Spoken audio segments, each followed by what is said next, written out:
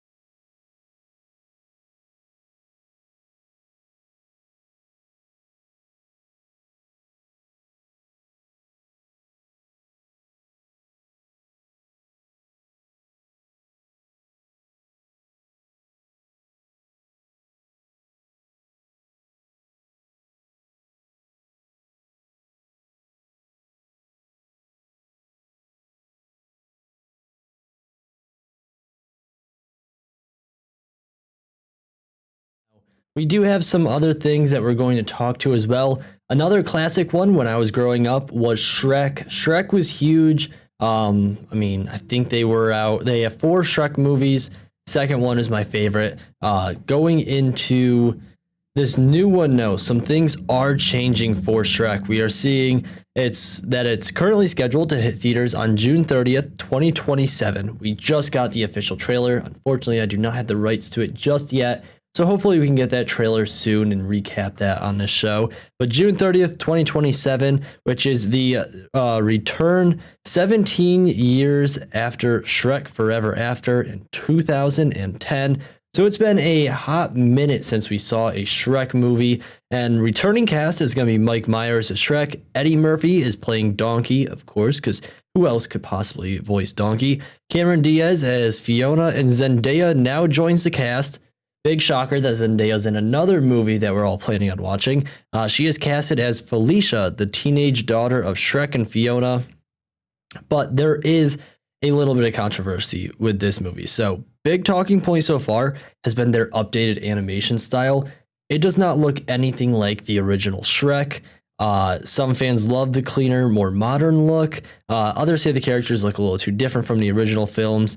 And that's kind of the side that I'm leaning on. It doesn't look anything like the original Shrek. Not a huge fan of that. I think if they kept more towards that initial animation style, maybe just update it a little bit. It's very kind of more cartoony, I guess, is really the best way I could describe the new version of it. So we have a whole bunch going on. Some franchise veterans like Walt Dorn and Conrad Vernon. They're directing and they're helping. They helped maintain those earlier Shrek films. So we have a whole bunch of stuff going on with Shrek, and I cannot wait to get into that. But first, I got to go to a not so joyous subject here. We're going to go into the show that I really hyped up because I loved it so much, called The Burrows. That was unfortunately canceled after just one season. We've talked about it quite a few times now on this show, but we are seeing that has now been canceled. That was produced by the creators of Stranger Things.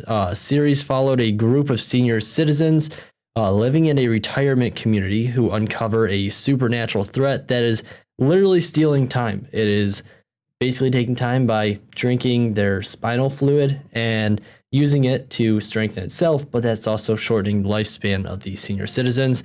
So that cast include Alfred Molina, Gina Davis, Alfred Woodward, and Bill Pullman. We don't have an official reason as to why this has been canceled, especially because it did pretty well. Viewership started strong, reaching about 9.5 million views in its first full week. For something that wasn't advertised, that is not bad by any means. Audience numbers then dropped really quickly in the following week. For the most part, I think it's probably because everybody binge watched it, because it's one of those shows that's really hard to stop once you start. It had a relatively high production cost due to its cast and the visual effects. And season 2 was planned. So the creators reportedly had a 3-season plan, and a writer's room had already begun working on season 2. They were even discussing filming seasons 2 and 3 back to back before Netflix pulled the plug. Would have been beneficial because for the Duffer Brothers, that's the big complaint, is waiting so long between seasons. They could have wrote this out, really got the ball rolling on this, and filmed it back to back so people didn't have that long wait. Probably would have been one of Netflix's better shows, in my opinion. I really liked that first season, but unfortunately, I'll never know how that story actually ends, and that's just the way TV goes. Now, one more thing that I'm going to jump into before our commercial break. We have talked about Spider-Man quite a bit on this show. Spider-Man, the new movie, Brand New Day, is set to release July 31st, 2026, and tickets are now on sale. If you do not yet have your tickets, you're going to want to get them in, as soon as you possibly can. Open the app now, because I bought mine on the first day and there was barely anything left.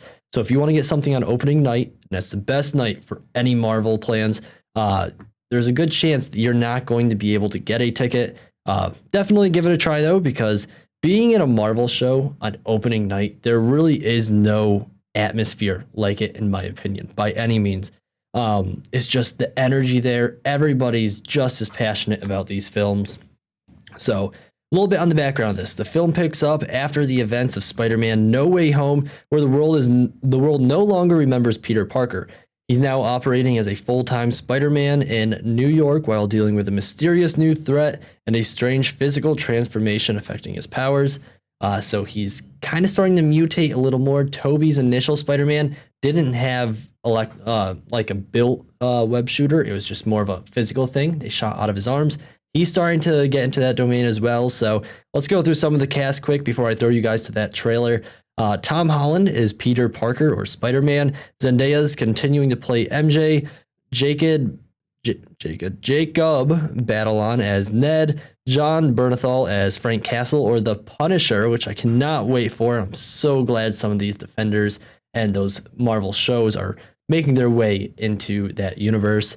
Mark Ruffalo is playing Bruce Banner / Hulk. And then Sadie Sink is a mystery role that is fueling fan speculation. Very excited to see what she is playing and how that plays out. Gonna be like one of the high points of my year watching this movie, without a doubt. But I'm gonna cut this to our trailer that we do have for that, and there is a newer updated trailer that we don't have just yet, so you'll want to go online and check that out. But check out this one that we do have here, and I'll see you after that break. I can't believe our first hit MIT. MJ, come on, pretend like you're not the happiest you've ever been in your entire life. I can't. I knew it!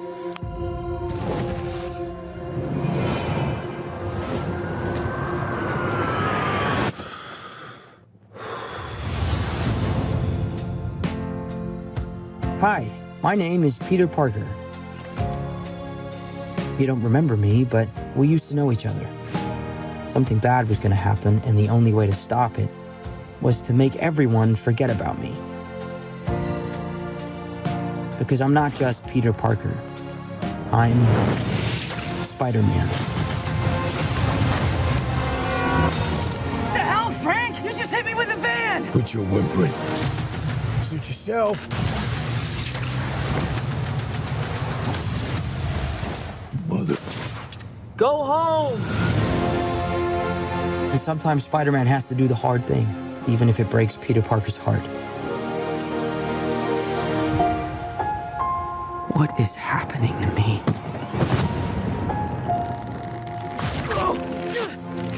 Oh, God.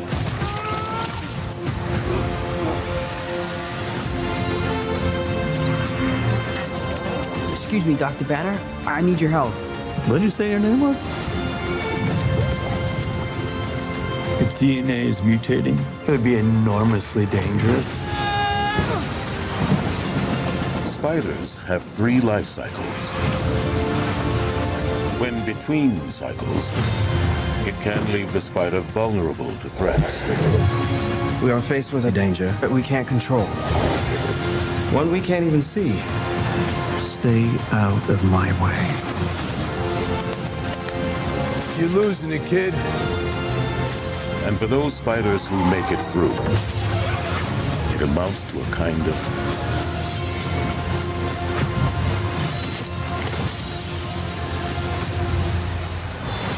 rebirth.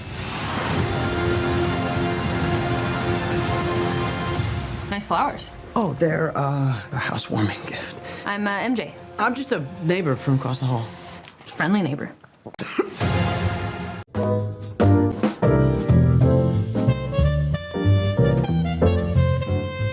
Thank you for joining back on the weekend wrap, and I do have some stuff to get through here as we head through the rest of our show. Now, the first one, something that I will guiltily admit, I have become obsessed with this. It's all over my TikTok feed. NeeDohs are like the new hot toy that everybody absolutely loves. And we did cover that a little bit this morning. So on Thursday morning, Schoolhouse right in Ashwaubenon, Green Bay, they did have a NeeDoh shipment come through. And we're going to let you know a little bit more about what a NeeDoh actually is. And then I have about 5 different ones sitting right here on the desk next to me. And we'll show those off. But first, take a look at what we have for what a NeeDoh actually is.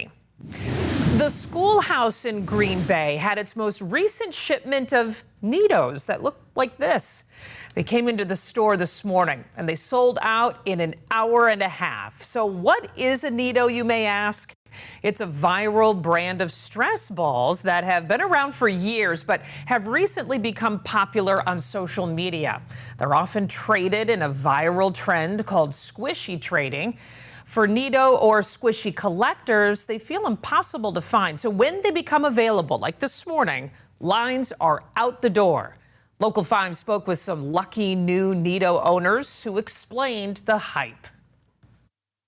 We've known about them for a long time, but they just became popular, and that's when we started wanting them even more. Like, a lot of people are starting to collect them, so it's fun to see other people's collections and show our collections to them too. The manager at the toy shop says they get new shipments every few weeks.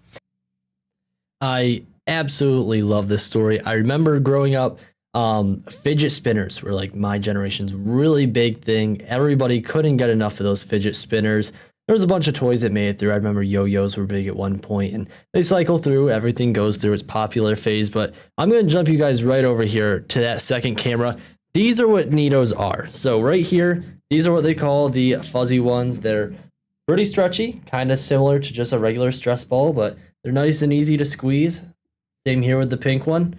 You guys getting a little bit of a hand modeling right now. Then we do have, this is called the nice cubes. They're not ice cubes, they're nice cubes. This one, a little bit of a swirl in it. It's got a pink swirlish too. If you watch any of my newscasts, you know that I always am wearing purple. So of course I had to go with the purple one.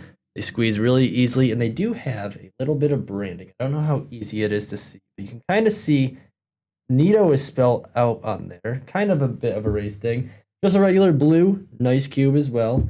Now this one is my favorite. It's a little bit harder to squeeze. Takes 2 hands. This one is called the Nice Berg. So it's a little bit of a bigger version. These things are really stretchy. I'm trying to do it in the camera frame. But yeah, this is just what NeeDohs are. Basically a fancy stress ball, and they're honestly pretty affordable. The biggest issue is just actually being able to find these and getting to the store before they're all sold out, because these lines wrap right around the building. Bit of a crazy thing. Kids love them, but hey, there's a lot worse things that kids could be out there doing. So stress toys, why not? Let them go out there and get a NeeDoh.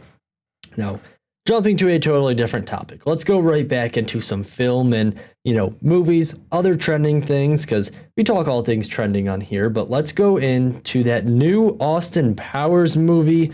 Now, I don't know about you guys, but I do love Austin Powers. I actually dressed up as him for Halloween last year. So a lot of new stuff happening with that Austin Powers movie. What we do know is that Mike Myers is expected to return as both Austin Powers as well as Dr. Evil, and longtime director Jay Roach has repeatedly expressed interest in returning. Now, we don't have a release date, filming schedule, or plot details, so we don't have a whole ton to run off of here, but we do know that it is happening. So earlier reports do suggest a story focusing more heavily on Dr. Evil and his family, including Scott Evil. I really like the idea of that plot line. Maybe, really deep diving into the life of Dr. Evil. What is his role in all this? Why is he the way he is? Why is he so evil? I mean, that's kind of the best way to go about that. But yeah, this week, Myers also revived Dr. Evil in a Verizon commercial alongside returning cast members Seth Green, Rob Lowe, and Mindy Sterling, sparking renewed excitement for this franchise. So yeah, baby, it's back. Let's go into that next one as well. We have let's go into this is our 8th topic already of the show. Right into Spaceballs, a classic. If you have not seen Spaceballs, I really, really recommend this movie. Sometimes it goes a little under the radar for people who are around my age range, but it is officially titled Spaceballs, the new one. So this is a sequel to the 1987 cult classic comedy. And this is happening, okay, it hits theaters on April 23rd, 2027. So we do have a date. Now, we do have a lot of returning cast. Mel Brooks is returning as Yogurt. Rick Moranis returning as Dark Helmet. Bill Pullman as Lone Star. Daphne Zoni, I don't know how to pronounce her last name, as Vespa. George Weiner as Colonel Sanders. Yeah, it's just spelled really weird. Colonel Sanders is who he plays, but spelled very oddly. So new cast members, we have Josh Gad, one of my absolute favorites. Keke Palmer, really hilarious as well. They're going to be great additions. Lewis Pullman, which is Bill Pullman's real life son, and Anthony Kerrigan. So plot for this one, the story is being kept largely secret. Lewis Pullman is reportedly playing Starburst, the son of Lone Star and Vespa, while Keke Palmer plays a character named Destiny.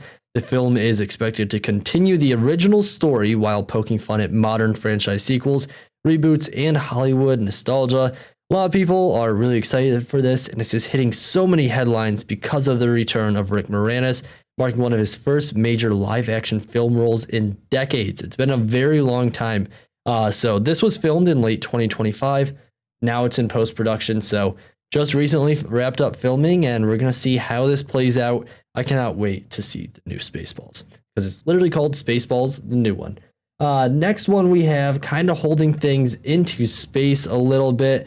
Let's go right into E.T. I love E.T. and I tried finding the picture for you guys, but I do have a picture of me when I was really young, probably like 4 years old, maybe 3. At Orlando, I was in Orlando at Universal Studios, and I'm on the bike on the ET ride that they have there at Universal Studios. So that's kind of a background with me. I really loved ET growing up. My grandmother was really into the whole ET thing. Just a cute movie. So Steven Spielberg finally let us know what the fate was between ET and his rescuer, whose name I'm trying to remember. But I can't. So either way, Spielberg says he's more convinced than ever that we're not alone in the universe, and this promotes his new UFO thriller. People ask him, well, what happened to E.T.? So Elliot, that's what the kid's name was. So the recent story was what happened to Elliot and E.T. after that movie ended, and kind of just a short story in, quick time here is that they kept a telepathic or telekinetic connection between the two of them. So he had the glowing finger and he had that line, "I'll be right here," which never truly went away. He explained that E.T.'s departure was always meant to be permanent because the story is about learning, growing, and moving forward after a profound friendship, which changes your life. So the question is, did Elliot ever see E.T. again? The answer is no, according to Spielberg. Do they remain connected? Yes, and that is through a lifelong psychic connection, so they can kind of work with each other's minds, I guess. Kind of, hey, I'm still out here, that type of deal. But I do like that he just kind of closes out the story and says, nope, end of the story is about moving forward, not holding on to things.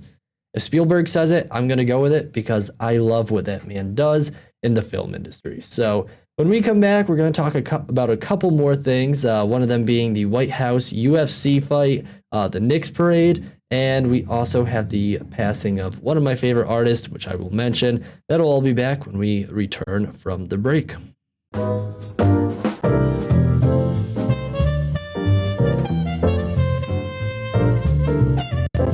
And we are back with more of the weekend wrap here. Now, I'm going to start off with some of the sadder news so we can end on a higher note for the show. To jump right into it, Oliver Tree, who I respect a lot of the stuff he did.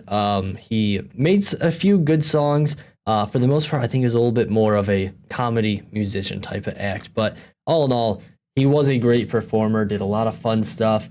He has unfortunately passed away at the age of 32. This was pretty big news in a helicopter collision over Rio de Janeiro, Brazil. We had multiple reports that 2 helicopters collided in midair and that had killed all 6 people aboard. So they do say that one helicopter crashed into a parking lot area and caught fire after the mid-air collision. The cause of that crash still remains under investigation. He had a lot of larger hits such as Life Goes On, Miss You, Hurt, Alien Boy, Cash Machine, whole bunch of different things. Very sad to hear. He was young, had a lot of potential, and he was on a world tour. So definitely not, anything that we want to spend whole ton of time talking on because it's a little bit sadder and we like to end on a higher note for this show. So let's do that actually. Let's go right into what we were seeing, the UFC fight at the White House. Now, whatever you think of this, I think we have to say that this was a pretty cool event. So it looked great. The execution was on point. One of the most unusual sporting events in U.S. history took place at the White House June 14th of 2026, and they held UFC Freedom 250 on the South Lawn of the White House in Washington, D.C. This was part of America's 250th anniversary and coincided with President Donald Trump's birthday. So very busy day there. The full UFC octagon was built on the White House South Lawn. Attendance inside the White House grounds was invitation only, but with thousands more watching from nearby public viewing areas. I think this was done really well. I watched a lot of it. I think it was one of the better UFC products I've seen. No questions asked, but I want to get to one more story before we head out. And it's not just because I'm a Knicks fan that I want to get to this. We had the Knicks win the NBA championship and their parade was today, and There's not a picture of the Knicks, but here's a video of the parade. The New York Knicks are being honored with a victory parade in Lower Manhattan. Over 1 million fans lined the streets to celebrate the team's first NBA championship title in 53 years. Jared Hill is along the parade route with all the excitement. NBA champion Jalen Brunson and the Larry O'Brien Trophy paraded through New York City's Canyon of Heroes to the cheers of Knicks fans.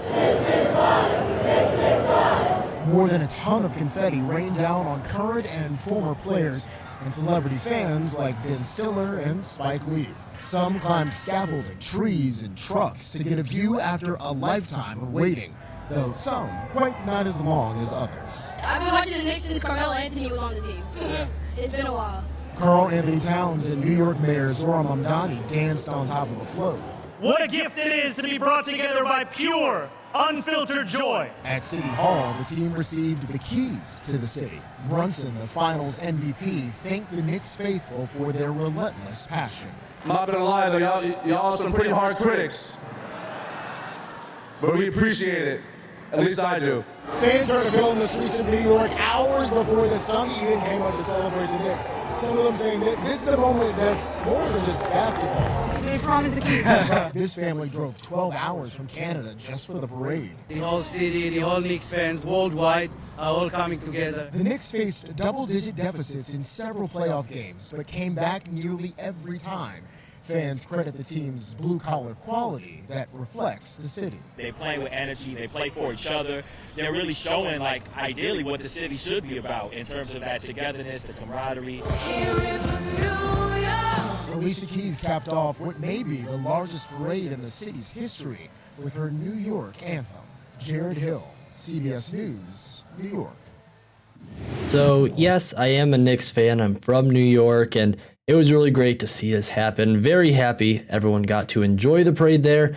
It all happened safely, and, you know, it came from 1973 was the last time they won a championship, so very, very long deficit without a doubt. That is all that we do have for you guys this week. Next week when we return, we'll have a whole ton of different pop culture news, and as always, feel free to reach out to me and, you know, let me know any ideas or topics that you're interested in. I'll try and make sure that they end up on our site, and as always, enjoy the rest of your weekend.